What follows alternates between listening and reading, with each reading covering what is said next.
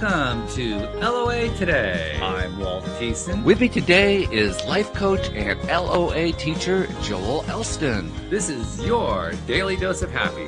We are so happy you decided to join us today.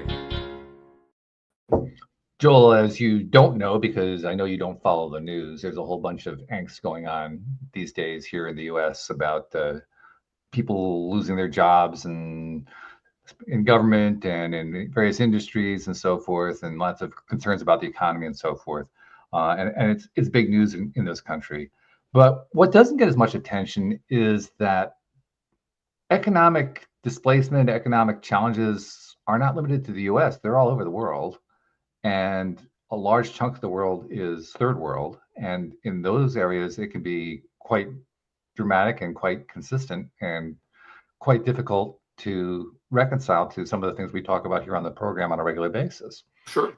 And it was brought to my attention just in the last 24 hours that, the whole concept of job instability it's a real challenge, and it's a challenge that many people find to be overwhelming around the world.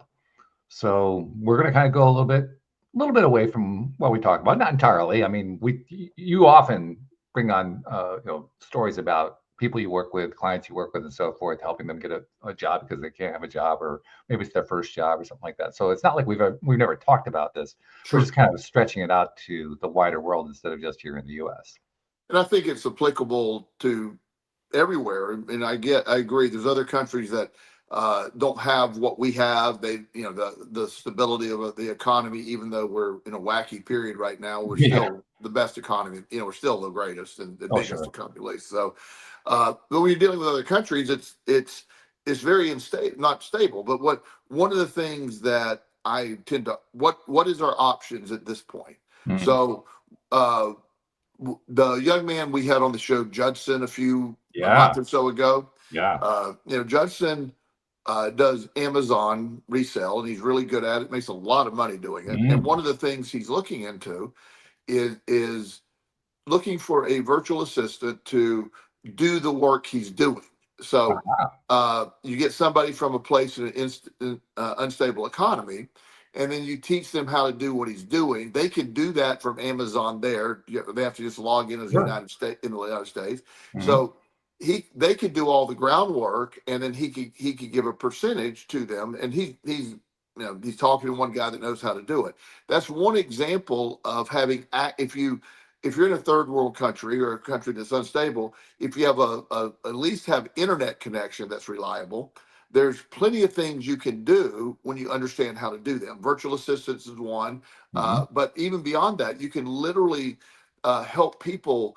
I know one real estate agent uses a virtual person from some other country to basically vet deals, and is really successful. And so what you do is you got to look at, instead of what you lack, which is stability, what do you have? So that's any situation. So you start with what I lack. Well, okay, what I lack is stability and jobs. Always changing, the economy's always playing. But what do I have? I have access to every country in the world. So, and now I need to be able to speak their language. Doesn't mean you need to do some, doesn't mean there's not necessary work involved with that. Sure. But, if you want to figure out how to do it, look at who is making money, how do they make it? Can I help people make money? That's why, like Justin said, there's people that make, he can pay $10 an hour, which is a lot of money to some people. Yeah, sure. And plus a commission, and they just do all this stuff. So they set the alerts, they get everything going, but he would teach them the business. Mm-hmm. And the only concern a lot of times is, what if they learned how to do the business themselves and basically became your competitor? And that's one thing that people worry about, because you could do that. You can source books and do things virtually, put price alerts on eBay and Amazon, and sell them, and have somebody that would ship it. There's companies that ship it to Amazon, and they just deposit the money in your account. That's one avenue of learning that. So the inventory, the point of what we're looking at is always what is available, and then we put our energy there. So if we take a problem, what is available, is access to the world. So within that, how do I figure out how to do that? That's where I would begin. I would start researching that. There's Reddit is full of this information. There's all kinds of, I've seen that on Reddit, online ways to make money. There's a lot of things. So figuring that out, translating it over there, that's how I would begin if I were somebody in a country, that didn't have stability but did have good internet access. That would be a solution. Whereas there are some countries like Northern Korea, for example, you don't have good internet. You don't have the ability to do that. So you would have to figure out sort of a different way or underground way. But there's always, I believe, just like Napoleon Hill wrote in Think and Grow Rich, during the Depression, a lot of people became rich. Yes. And they figured out, they didn't just buy into the narrative that everything's, they just figured out what people needed, and they went and did that. And wow, they became very wealthy. And that's the whole point of that book. Right. Yeah. So that's the concept. I love the perspective too. I love how you're talking about taking inventory of what you have on your side rather than what's against you, because you're right. That's probably the number one thing that stops people, because we all get worked up on, well, my job's unstable or whatever. And we stay there. We stay focused there. Yes. And that's the real reason why we have so much trouble, because we keep focusing on that. Yes. And that we've talked about with other people that I've used as examples before, who just got stuck on one course of action. They were only going to take this one course of action and not looking at what's right there. The guy that started a garbage route, just by picking up his neighbor's garbage, became very wealthy after being laid off from being an accountant during the financial crisis. So it's out there. These things are out there, but you have to be able to shift your perspective from what you know. If you live in a world of accountants and all you ever have been as an accountant, all that's taking place, you're going to have a hard time seeing anything other than accounting as a reference or ability. So the first clue is change your circle. Change your circle, change your search. How are people doing it? One of my hobbies, probably not a hobby, it's one of the things I do, is when I'm driving around town, I see a truck with a name on it. I like to, any building, any business, who is making the money in that business? I like to look at that. Somebody driving that truck, that company makes enough money to afford a truck and a driver. So I like to look at the models and how they do it. One of the things that I've gotten into recently is red light therapy. I don't know if you're familiar with that. I'm slightly, but tell us a little bit about it. Yeah, if it's the one I think it is, it's pretty cool stuff. Yeah, red light it's infrared light. They call it red light. And yeah, it's the same one. Infrared light penetrates the skin. It helps improve facial appearance. It helps with injuries. It increases collagen throughout the entire body. Yeah. It's a wonderful tool to have. So locally, we have infrared sauna. So you combine the infrared light with about 150-degree sauna, and it's an amazing experience. It really is. And so, I don't know what it costs. It's minimal, $30 or $40 a time. You can also get multiple packages and get it way down that way. Sure. But the lady that works there, very nice lady. It's a second job. Everybody that works there sort of second job. I think she makes like $17 an hour or something like that. Not great, but she gets free sauna use. Yeah, sure. So it's worth it for her, and she's able to make some little extra money. So somebody has figured out a good model where you don't have to pay exorbitant. It just needs one person to monitor it. Right. The saunas are, I'm sure they have to be repaired occasionally and stuff like that, but they're pretty low maintenance. You basically have a red light that you change every 6 months, and the sauna stuff lasts forever. Yeah. You keep it clean, you wash the towels, and you repeat. So low overhead business, and you take a great strategy, and then somebody will say, well, Joel, why don't you put your own red light sauna in your house? Because I don't want to, and I want to go to that place. So it's there are things out there that I'm always looking. There's always a new trend. If one thing falls off, there's another thing coming, and that's what you have to do. And that's in any environment that has some basic stuff, as we're saying. I'm not saying there's a lot of country you don't have access to things, but somewhere there's a way. I talked to a guy that interviewed a former North Korean guy that escaped North Korea. Wow. And he came with something like the equivalent of $100,000 US when he escaped. Wow. And the thing is, there's an entire underground market going on in North Korea that the government, that's shielded from the government, and it's just you provide goods and services underground. It's away from the state, so to speak. Right. And the reason he fled was they came looking for him for doing that. So he was able to escape, and he got out. He has $100,000 to start, which is not bad. Not a bad start at all. Yeah. Yeah. So even in North Korea, which is probably one of the most restrictive places we have, he was able to escape and with money and able to do that. So that suggests to me that there's a thriving underground economy in North Korea. Yeah. And so even within that, so that's what we're looking at. So we look for what is there as humans. That's sort of the point of what we do with the law of attraction as well. The filtering of what's wrong or what's lacking is what gets everybody stuck. That's right. It's not great to lose your job, but there needs to be that mindset. Let me get over it. Now it's time. Let's get going. Let's start looking. What's next? What's next? And it doesn't have to be the same industry. Probably better off not to be the same industry. Just do something different. Find out what it is. Well, you referenced Judson a few moments ago, the young man who you brought on to the show, who had done so well marketing stuff, marketing used books basically on Amazon. And you made mention at one point about how there's a concern that, well, you could bring somebody in to work for you in a business like that, and they could end up doing a business that directly competes with you. Sure. And yet, I'm also noticing as soon as you said that, that's a hard business to directly compete on because of where they get the inventory. Well, they get the inventory wherever they can find it, and it's always going to be a different set of books every time. That's why I didn't expound on that. I'm glad you did. A lot of people have that fear, but Judson doesn't. Not at all. Because he understands there's something, I forget what he told me. There's something like almost 1 billion books on it, almost 1 billion that are there. It might be more than that, actually. So it's always changing. And he said it changes every 8 seconds. He said, I refresh and there's new books. So there's no fear of somebody coming in and invading that market. He's aware of that. Even if somebody learns it, by the way, it took Judson a few years to become proficient.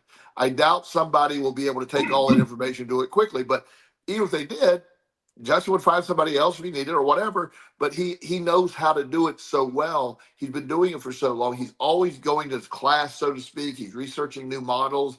He never stops learning. So he might give you the knowledge he had today, but in 2 weeks, that's going to be almost obsolete knowledge because he's going to be on to some other formula.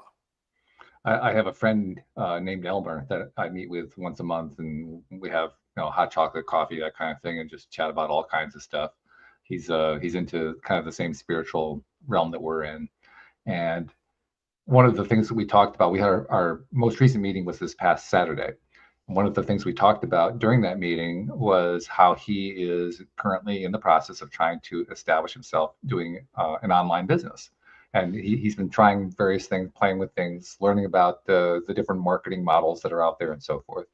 And I said to him, one thing you need to keep in mind about these marketing models is the ones who put the marketing models out, they all eliminate one very important piece of the puzzle. And they don't do it deliberately, they just do it unintentionally. But the piece of the puzzle that they eliminate is they start with something that people want, that people are buying. And it's amazing how often when somebody, and I know this because I did it myself, when someone catches on to one of these marketing courses and then tries to apply it and they can't make the thing work, it's because they didn't first find something that actually is selling. Right. And so that's what trips them up. But they think it's, well, they did the program wrong. They didn't apply it right. They messed something up there.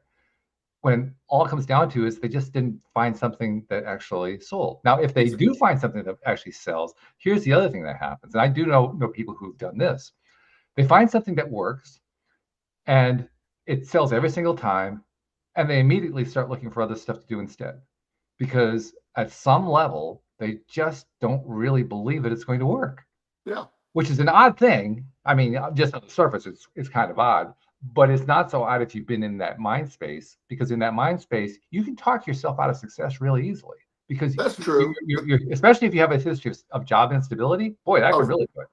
Well, and there's also, to be clear, if you get something that's selling, you automate that, go all in, have that constantly selling, then go look for another thing to sell beside it. Don't give up on the other. That's the way to do it, right? Yeah.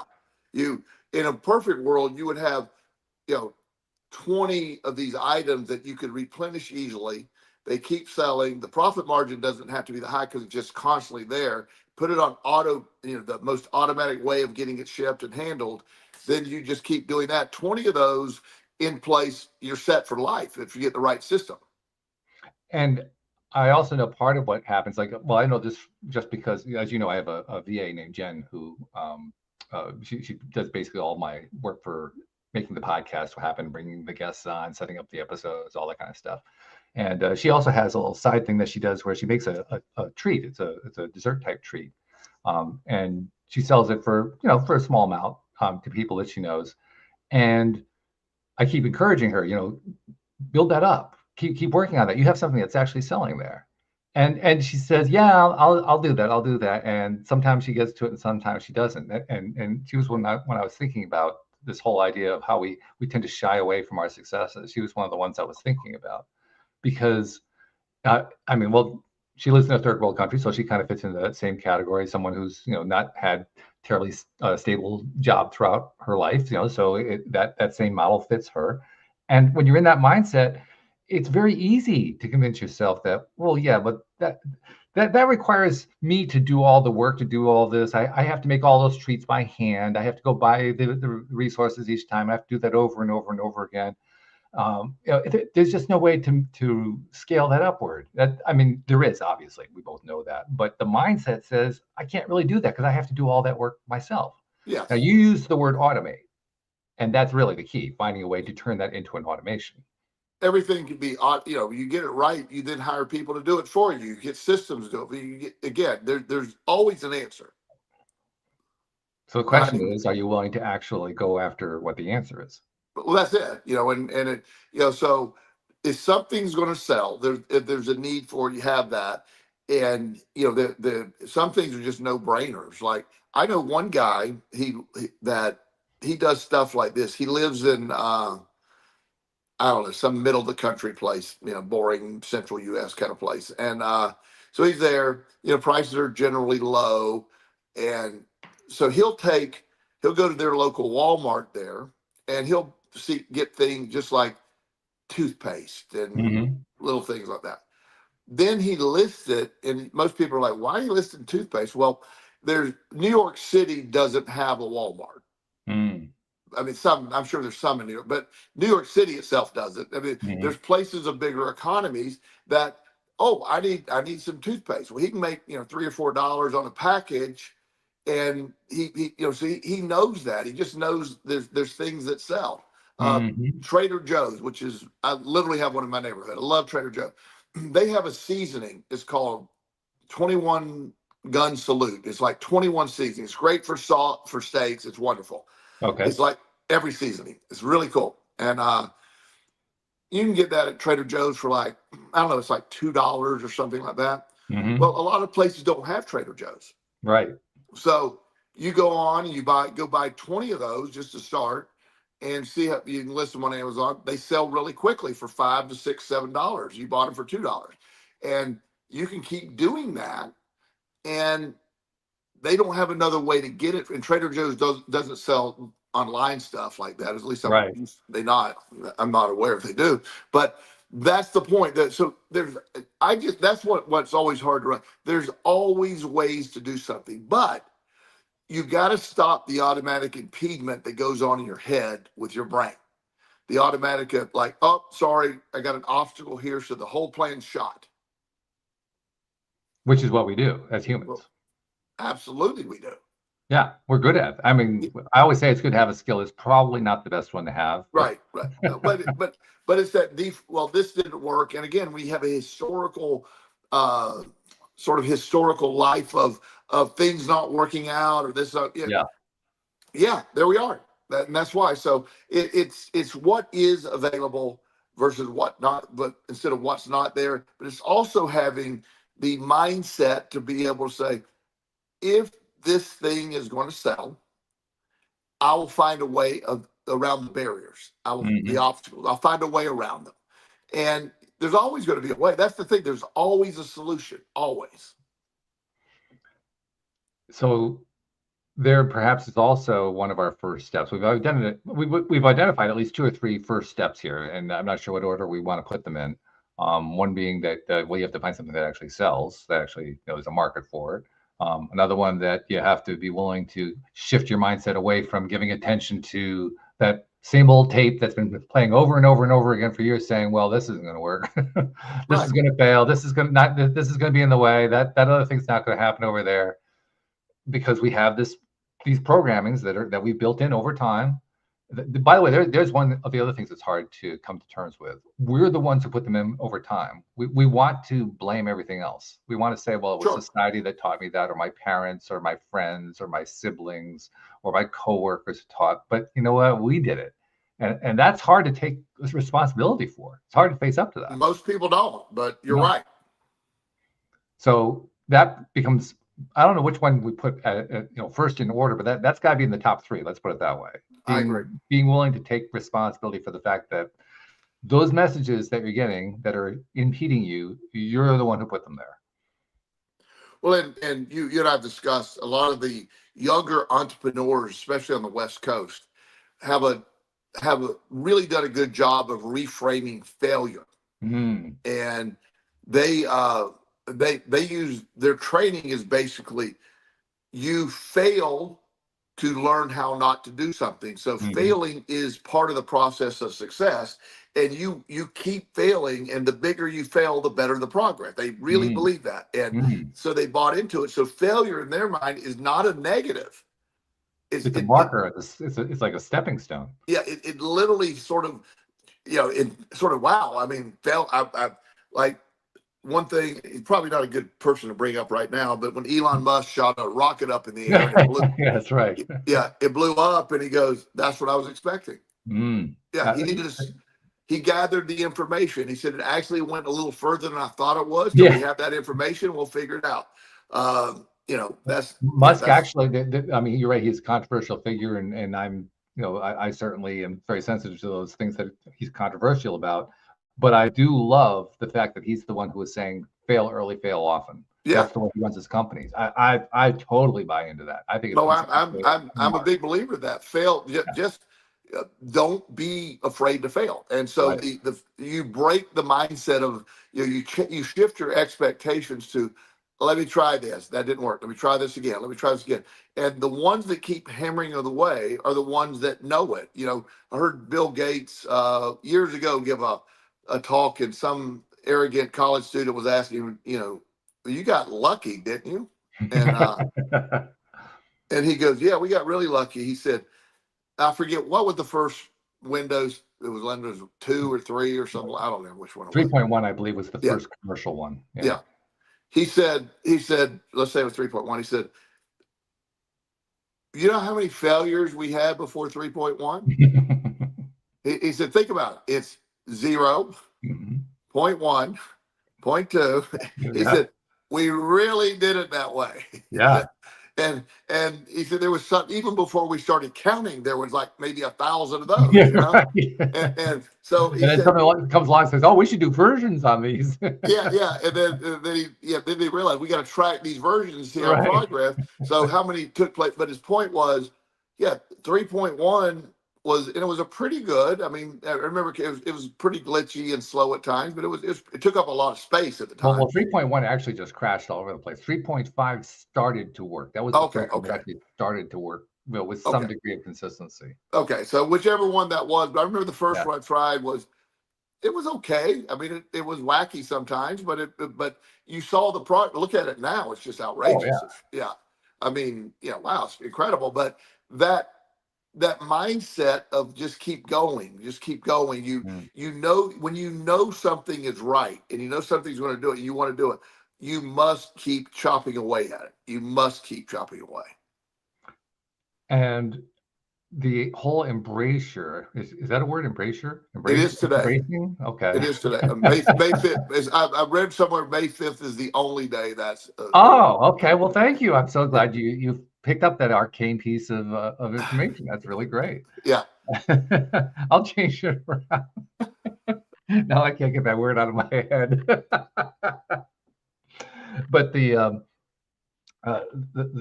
impact, let's put it this way, the impact of following this kind of a path and overcoming the fear of the failure, overcoming the fear of what's going to happen if you fail. It has another piece to it that I want to bring in. That other piece is it's the first failure that we're the most afraid of. The second failure is the amount that we're second most afraid of. The third one we're third most afraid of. And the interesting thing is that the more failures you have, the less afraid of them you become. Oh, yeah. Well, and that's sort of that mindset we were talking about. In fact, you switch it eventually to there's no fear. You want it. You're like, I need to push this till it fails. That's how you stress the system. That's how you figure out what works. I use the example in some of the consulting I've done over the years with treatment centers, and the one comes in particular in Atlanta that I work with, and the guy calls me. He said, "We've been trying to get our IOP. That's an intensive outpatient program. We've been trying to get that up and running, but we can't seem to get it together." So I have a 3-month horizon, and I would like for you to help me get there. So he flew me to Atlanta. I saw the layout, and he said, 3 months, is it doable? I go, is it doable? We're opening tomorrow. And he's like, no. You don't understand. We don't have it. I said, no, it's not. What we're going to do is we're going to provide these people need it. We're still going to provide quality care for them. I mean, I'll be involved. We'll make sure the right stuff's being said, but we're going to tell them it's free to them, that we are going to give them a 4-week free treatment, which would cost probably $15,000. We're going to give that to them, and they're going to get the real help, but the system will be glitchy, and we need their input. There are testers. We got 20 people to do it. We implemented it, and within 2 weeks, we had it fully running flawlessly. Wow. And the beginning was a mess, but that we learned from that. Okay, here's where we were getting stuck. So I said, okay, we got the intake process was off, so we got to fix the intake process. Got that fixed. Then there's too many people here, so we got to spread that out, and we keep going. And he was looking at a 3-month horizon. I came and I left, and it was done in 2 weeks. Because with the intention of saying, let's lean into the failure. The clients that were served were very pleased, not only because that they said it actually felt really good to be part of the system and give feedback. So they were very satisfied. They got a lot of treatment for free. They highly recommended the program, and that's a win-win-win for everybody. And I didn't buy into the narrative that we have 3 months to do it. I viewed it like, why not launch it today? Yeah. How did you get him to agree to that, though? Because I can tell, I know he had a massive mindset against that. And I know you well enough to know that you're good at helping people reframe things. I'm curious, how did you reframe it? I basically explained, I said, look, I understand your fears.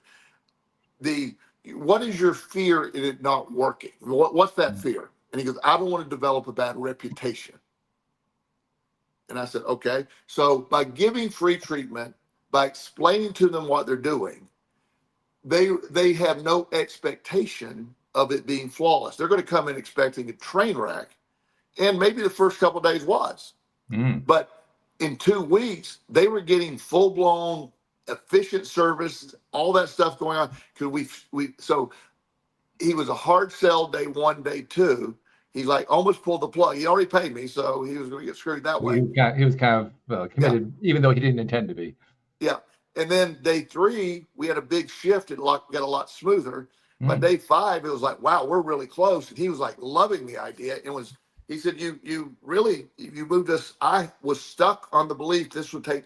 He said, we spent 6 months trying to get it launched perfectly, and nobody ever brought the concept of bring it to the table with the intention of, it's not perfect, it's not even good, but we're going to do it, and use it as a, it's like reverse engineering something. I love the fact that you brought in the word perfection. Perfect. Yes. Because I've been there. I've definitely hung my hat on trying to do something perfectly, which is kind of odd because to this day I still can't define the word. I have no idea what it means.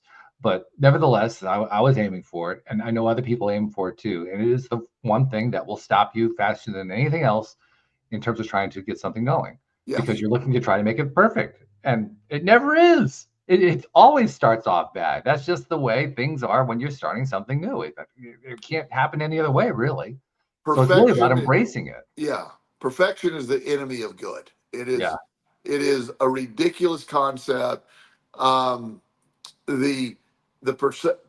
People that are solely defined by what they perceive as perfection, they miss the whole point. You know what I mean? It's you operate in a way that you're judging. Is it perfect? And I'm agreeing with you. I don't even know how to define that.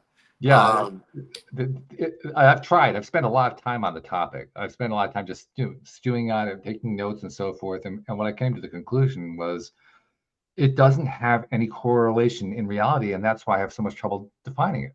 Well, I've heard, Tom Brady considered by most people the greatest quarterback of all time. Mm-hmm. And, he trains hard. He does everything. Sure. I mean, he keeps it. He was in better shape at 40 than he was when he went into the league. He ran the 100-yard, 100-meter dash, whatever it was, quicker at 40 than he did when he came in the league, which is outrageous.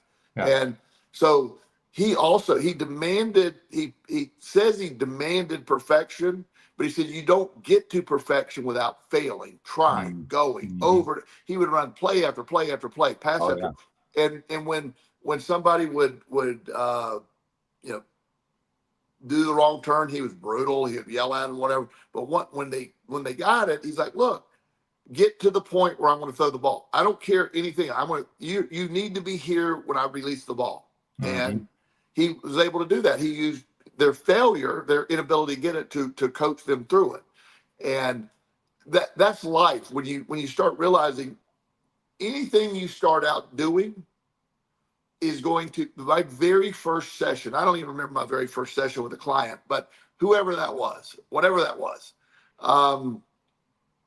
I'm very confident in what I do. I've done it for years, but when I went into practice my first day, I was like, oh my God, am I going to have enough to talk about all that? And, of course I did, sure.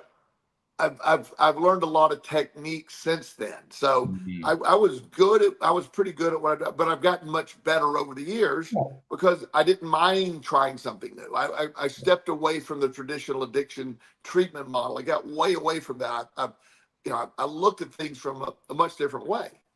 By the way, you mentioned Tom Brady, and there's another really cool piece to the Tom Brady story about perfection, because while he is considered to be the greatest, certainly the most successful quarterback of all time, he also was a 5th-round draft choice. Yes. He was not a 1st-round draft choice at all. In fact, all the teams in the league passed on him 4 times. Yeah, well, and an equal story to Tom Brady, the guy named Brock Purdy. Brock Purdy, yeah. He was the last pick, called Mr. Irrelevant. Mr. Irrelevant, that's what they call the last pick in the draft. Mr. Irrelevant because they never do anything. They just pick him because you got to pick somebody. He was picked by San Francisco. Chain of events had him started playing. I don't know what his deal he's either signed or about to sign, but it's gigantic. Huge contract. Yeah, it's massive because he started as Mr. Irrelevant, and he is a successful starting quarterback in the NFL. That's right. And that's rewarded handsomely. So, which goes to prove a very key point. If you want to succeed, look at the best and discover how much they were terrible at the beginning on some score, on some level. Absolutely. And that's you got to redefine all that. So, one lesson that I learned several years ago, it's not really a lesson because it was ridiculous, but I was trying to prove a point, which is always ridiculous. So when years ago, 6 or 7 years ago, I got my doctorate. in metaphysics, whatever right. the hell that was. I remember that. And so before I wrote the last test, before I had to write my thesis, my last test was, it's about 400 questions and it's very complicated. And I had like 3 or 4 hours to do it. Okay. So I got 399 out of 400 right. Wow. Yep. And I'm convinced to this day I was right on the 400th. So I appealed my grade. I love it. And then wrote back and said, you have the highest score of this year. We don't appeal grades unless it were failing. He said, I said, but your question is wrong. They go, Joel.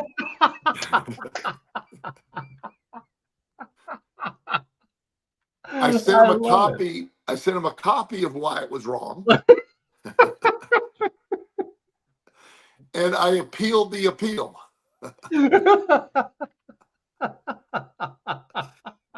And then I let it go.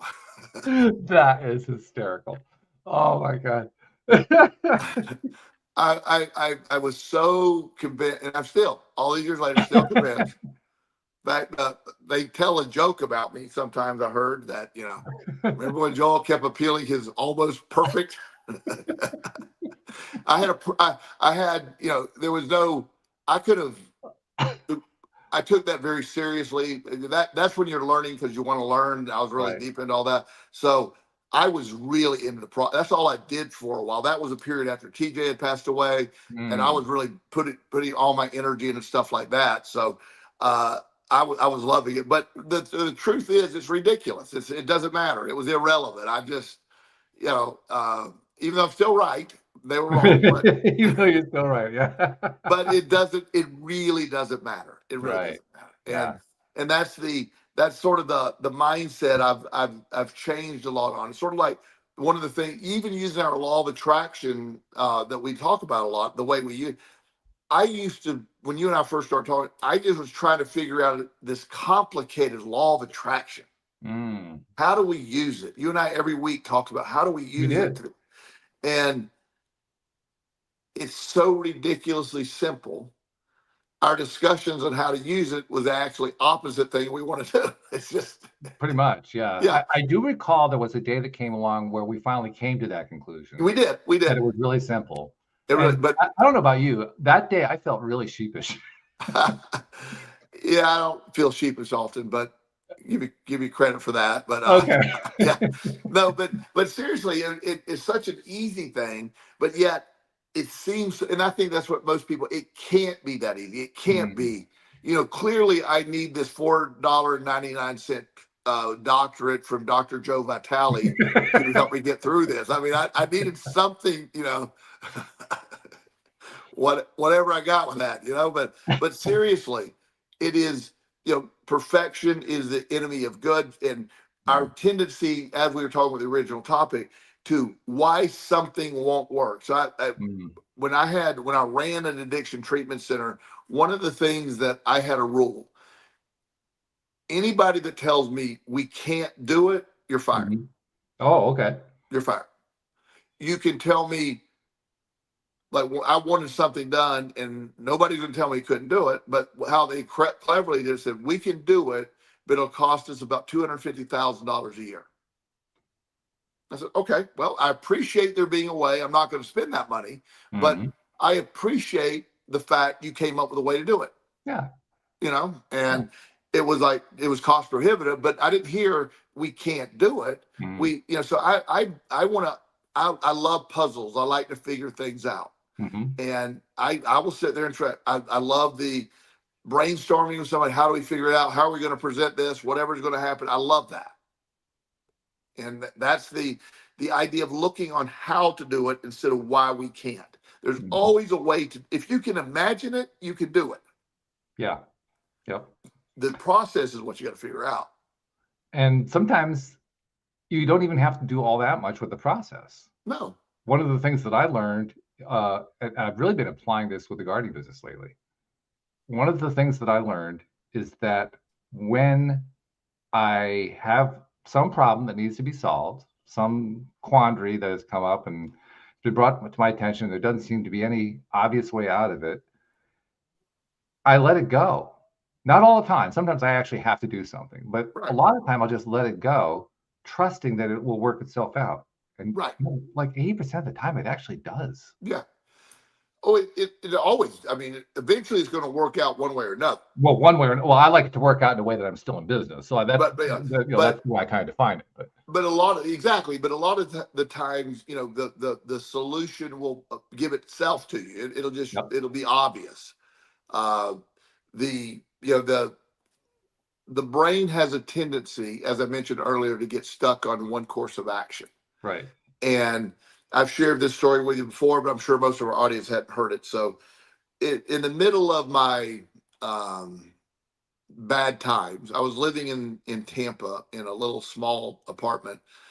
I was broke. I lost all my money gambling, and electricity was off. It just a miserable moment. And so I saved up. I was working. I saved up enough money to turn the electricity back on. My house was, it was disgusting. The shower curtain was black. And it was started out white, so it was not intended to be.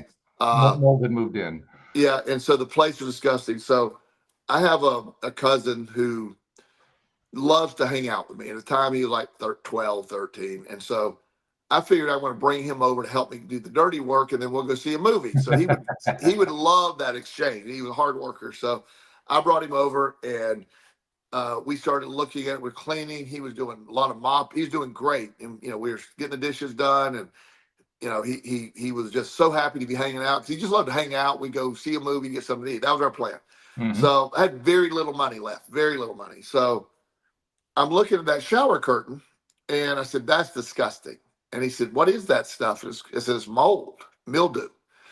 So he said, oh, so what are you doing? So we got to go get a mildew remover.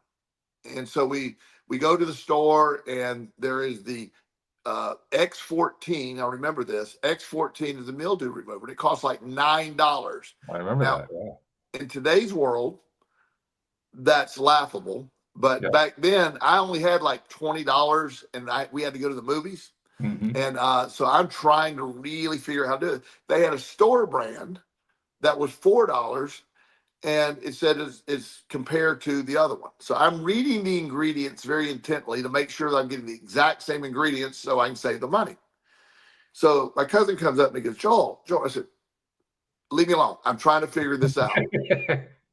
And finally he comes back and he goes, Joel, I go, what do you want? And he goes, here's a new shower curtain liner for $2.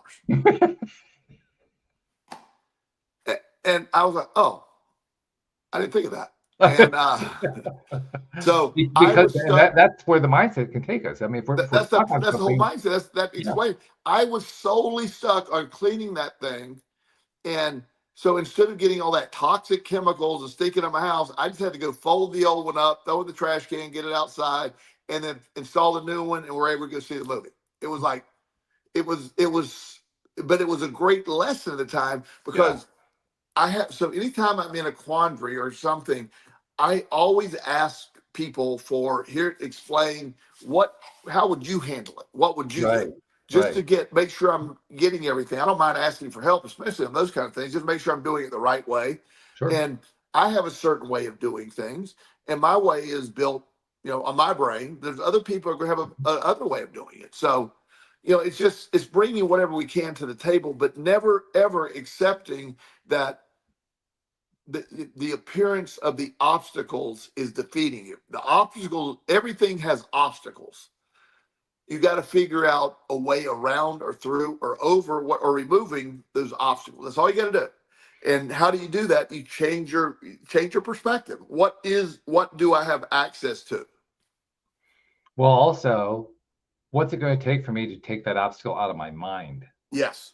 Because that's where most of the obstacles really are. There actually aren't that many physical obstacles. Oh no, they're all your way. But my belief is when you start looking at options of what the obstacle remover for me and my clients is, let's start. What is available? Start with what, like the obstacle of I live in a country with very unstable job market. So that's the problem. That's what I'm looking at. I'm looking at the problem of that.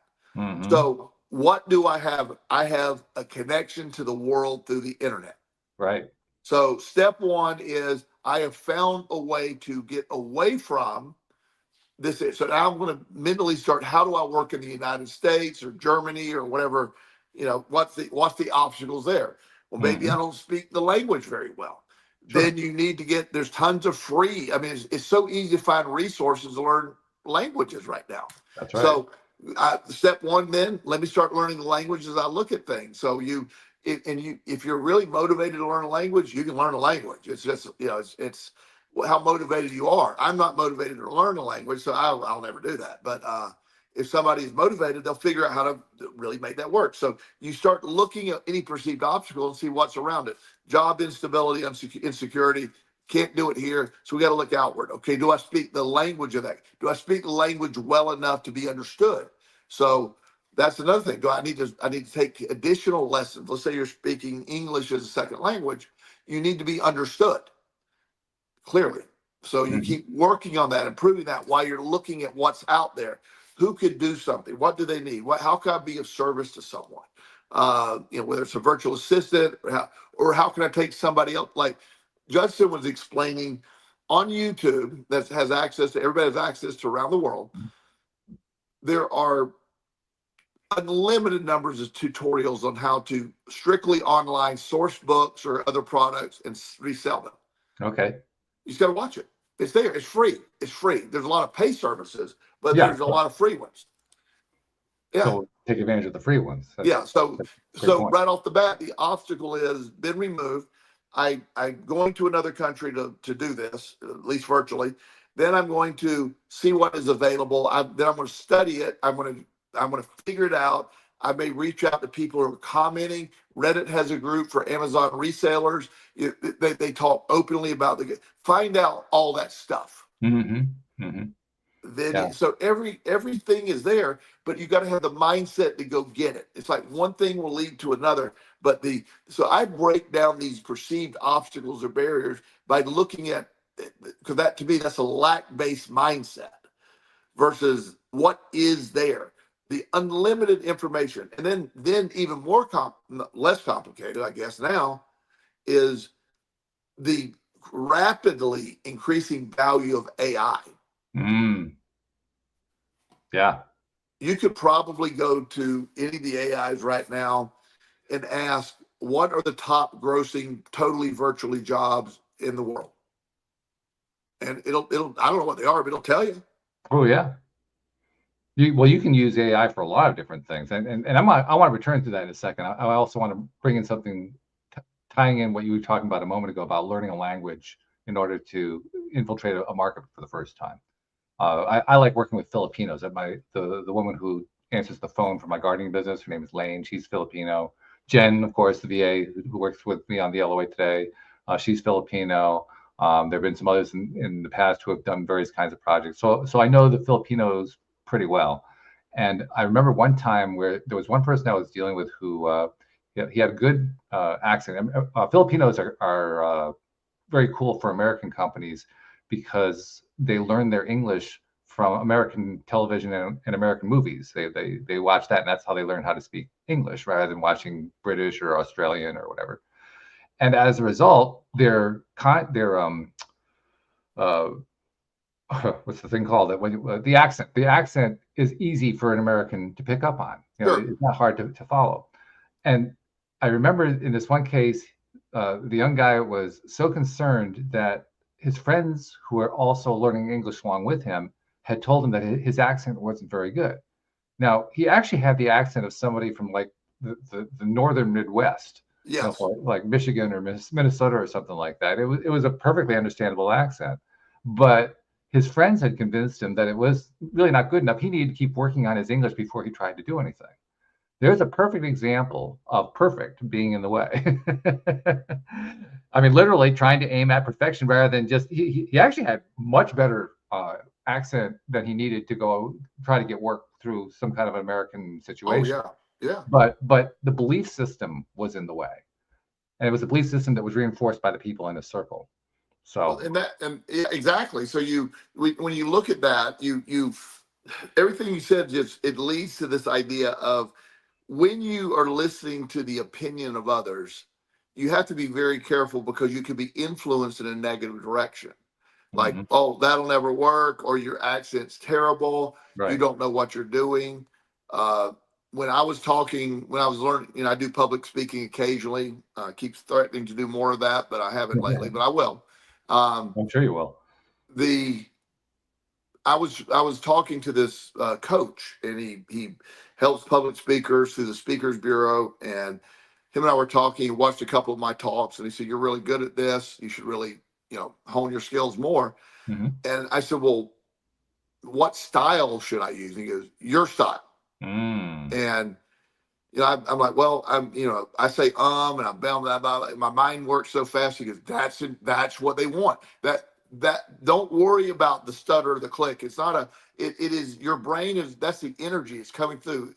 If you try to enunciate everything perfectly and slow it down, your energy doesn't translate as well. Go full you and garble up some stuff and don't worry about it. Go on." They love it. And he's right. Don't try to be this guy or don't try to be that guy. They're their own style. Do your style. And, you want to learn. He said more about projecting. He said, your voice, you got to sometimes tone that voice down, break the speakers. But nonetheless, the idea of doing what is natural to you, but honing it to what you're trying to do is what you're after. You're not trying to copy anybody else's style. Yeah. Yeah. And that was great advice. He said, because so many people will look at one speaker and they try to mimic their, he said, you got all this energy and all this, he said, you exude this energy. And it's when you get on one of your roles, it just translates and the audience is enthralled and they love the little, because your brain is going, trying to catch your mouth, trying to catch up with your brain's way down there. And it's like, obvious you're enthusiastic. That is what energizes people. Absolutely right. I totally agree with them. And I know that from personal experience of having done the show with you here on LOA Today for over 10 years. Yeah. And once I embraced that, so somebody said, well, you don't sound like a public speaker. I'm like, yeah, I don't. That's what I don't want to be honest with you. That's exactly the point. Yeah. Now, you also mentioned AI, particularly in the context of either trying to find a job or trying to develop some kind of a business model. And I think you mentioned it in terms of finding out what the 5 most popular businesses are, or something along that line. Something else I wanted to mention about AI, because I've been doing a lot of work with AI. In fact, believe it or not, I'm in the process of trying to create my own AI. It's a little fun project I'm doing on the side. But one of the things that's really cool about the AIs that are available today, and you can get free plans. I do a paid plan just because I like to use them a lot. So I want to get all the processing power going for me. But even there, you're like $20 a month. One of the great things about AI is you can ask it literally anything, and you ask it for help with literally anything. So you could actually go to an AI and say, I want to start a business and I have no idea what business to start. And the AI will help you figure out what business is appropriate for you to start. And then once you figured out what the business is to start, then you say to the AI, well, I don't really know how to start it. How do I start this thing? And the AI will help you figure out how to start the thing. Completely. And well, I don't know how to market it. And the AI will show you, well, here's some of the best teachings that I've been able to find on how you market it. It will literally help you with the whole thing. You just have to be willing to ask the damn thing. Yes.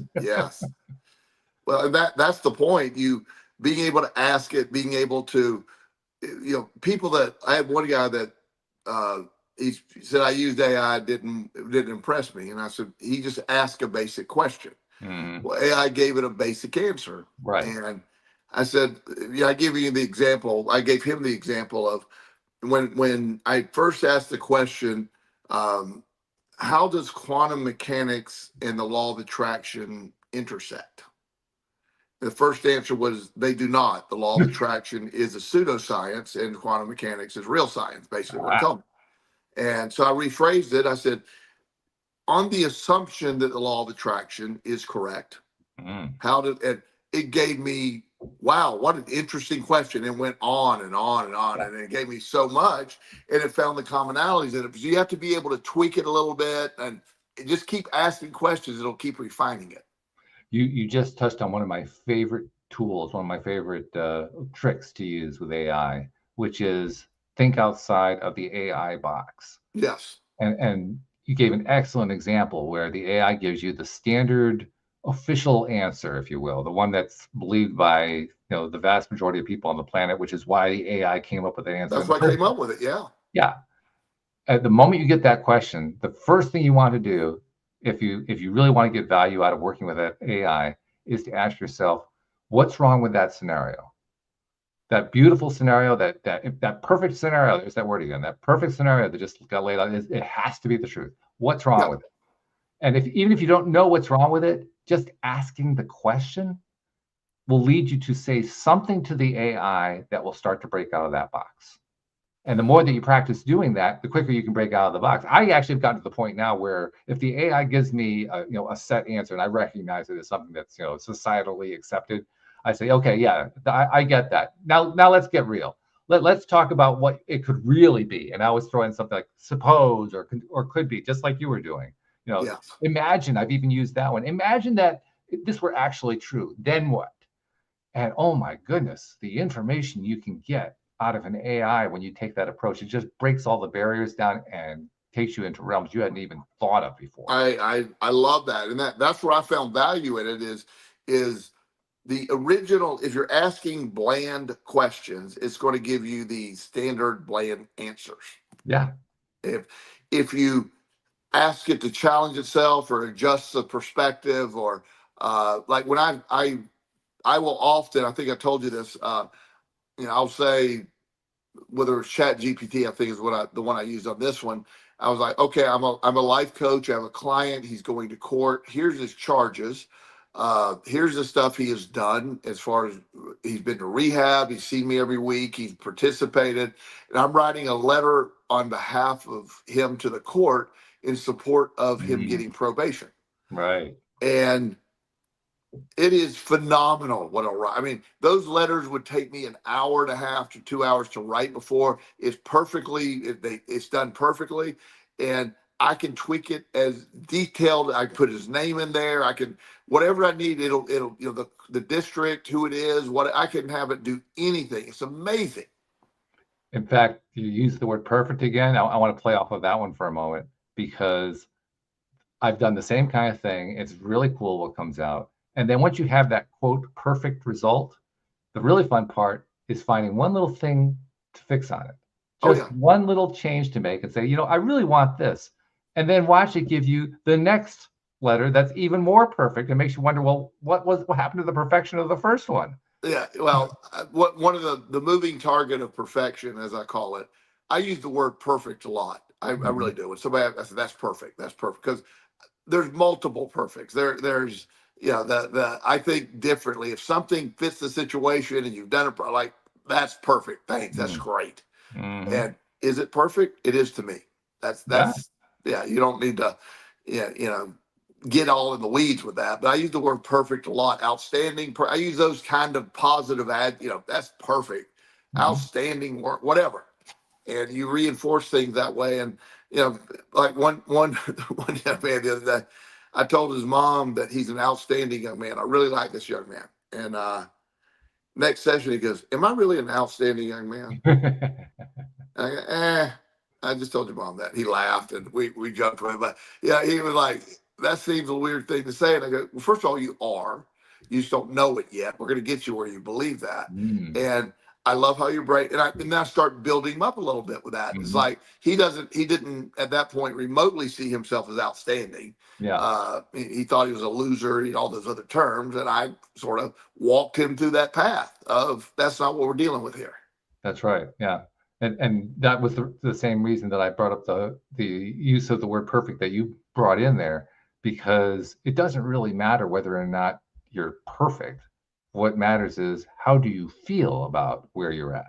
Yes. That's really what you're saying when something's perfect. But you nailed it as always. The how you feel, if you feel perfect about it, if perfect is how you really, if I state it, I'm feeling it and it is perfect. That's all I need. That's all. That's right. And most people say, well, it's just good. No, it's my perfect. And there's an interesting side effect that goes along with it too. We were talking earlier about the failures. having to go through failures, if you can get yourself to a place where you're perfect, it doesn't matter whether it's somebody else is perfect, but you're perfect, it's amazing how fast you get through the failures. Oh, failures are no longer even they don't register as failures anymore. It's just right. Okay, well, that next. Yeah, next. Yeah, I don't, even though I often say, work so hard to your I don't think of it as failure. It's just part of progress. Failure is really progress for me. Yeah. Failure is part of my learning process. It's part of me developing things. It's maybe a lot of money and thinking that way and just being able to track the right stuff. I just changing your own mindset. I've had people, tell me, well, failure isn't a positive word. I go, you don't get to tell me what my positive words are. Yeah. It's mine. Steady, steady, redundant, all the perfect to me or whatever, the net failure, all those things indicate action, success, all that. Well, things are good. Yes, okay, I'm doing okay. It's like, okay, well, that's fine for you, but I don't do okay. I'm not okay. I don't do okay. I don't do okay. I love it. That's a great way to end up the conversation today. I don't do okay. I do better than okay. Always better than okay. Again, tomorrow morning, if we wake up tomorrow morning, there is no more gift than that. If you really believe that, the day can be fascinating. Yeah. By the way, I'd like to tell our audience today is Walt's birthday. Yesterday, actually, but thank you. I appreciate that. Yeah. I know. Well, it was. It was. So, we don't know even what day it really is virtually, do we? See, you ruined it because it could have been Sunday. We're recording on Monday, so anyway, it could have been Sunday, but Walt ruined that for me. But anyway, happy day late birthday. Thank you. I appreciate that so much. Yeah.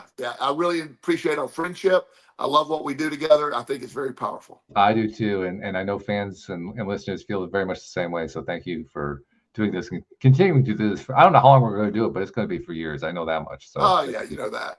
Yeah, it's going to be good stuff. So thank you much. Thank you to our podcast listeners everywhere. We will see you all next time here on LOA Today. Goodbye, everybody.